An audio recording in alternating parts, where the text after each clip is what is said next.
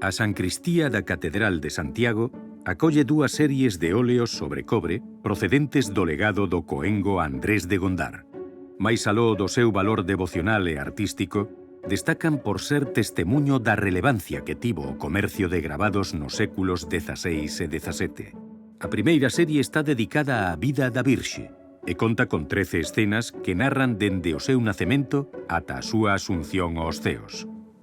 A serie ofrece unha narrativa visual que viría a reforzar a devoción mariana na catedral e cuxos trazos estilísticos lembran, en moitas das pezas, a modelos de Rubens. A segunda serie representa en 12 pezas os versos do Credo dos Apóstoles, de grande forza simbólica. A súa iconografía fálanos da influencia de Martin de Vos, un dos pintores flamengos máis relevantes do século XVI.